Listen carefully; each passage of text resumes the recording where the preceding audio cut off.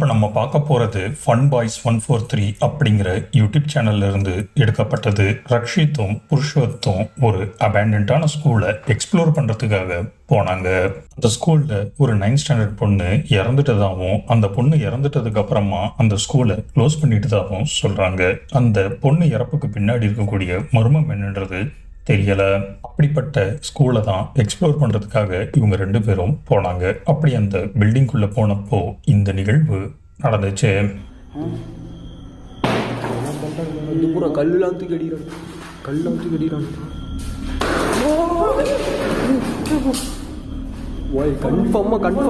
கன்ஃபார்மா அட்டாக் தான் பண்ண ட்ரை பண்றானுங்க.